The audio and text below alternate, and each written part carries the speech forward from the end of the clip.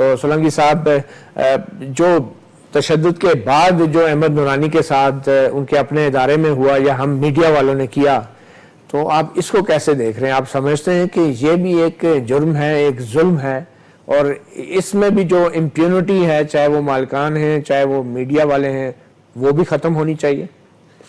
جی، میں آپ کی بات سے اتفاق کرتا ہوں۔ یہ جو کھلی چھوٹ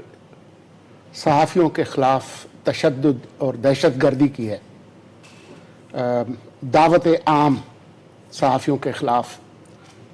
یہ جو تشدد ہے، ہمارے ہاں بھی ہے اور دنیا کے ان تمام ملکوں میں ہے، خاص طور پر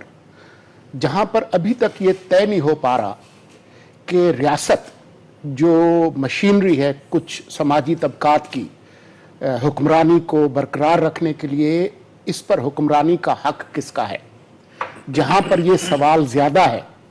اور وہاں پر لڑائی چل رہی ہے، تو وہاں پر صحافیوں پر حملے بھی آپ کو زیادہ ملیں گے، اور بدقسمتی سے پاکستان کے اندر بھی 70 سال ہونے کے باوجود یہ ابھی تک طے نہیں ہو پا رہا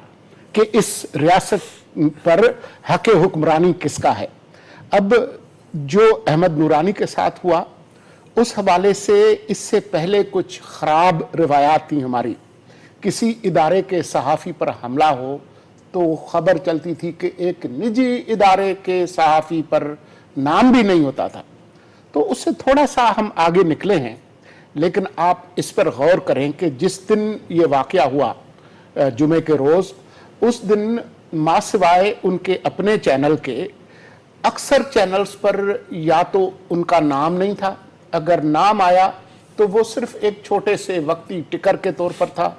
اس پر کوئی بیپرس نہیں ہوئے، کوئی اس پہ تبصرے نہیں تھے، اس پر کوئی پروگرام نہیں ہوئے، جو بنیادی جو بڑا خبرنامہ ہے اس میں اس پہ پیکج نہیں تھا، ذکر نہیں تھا۔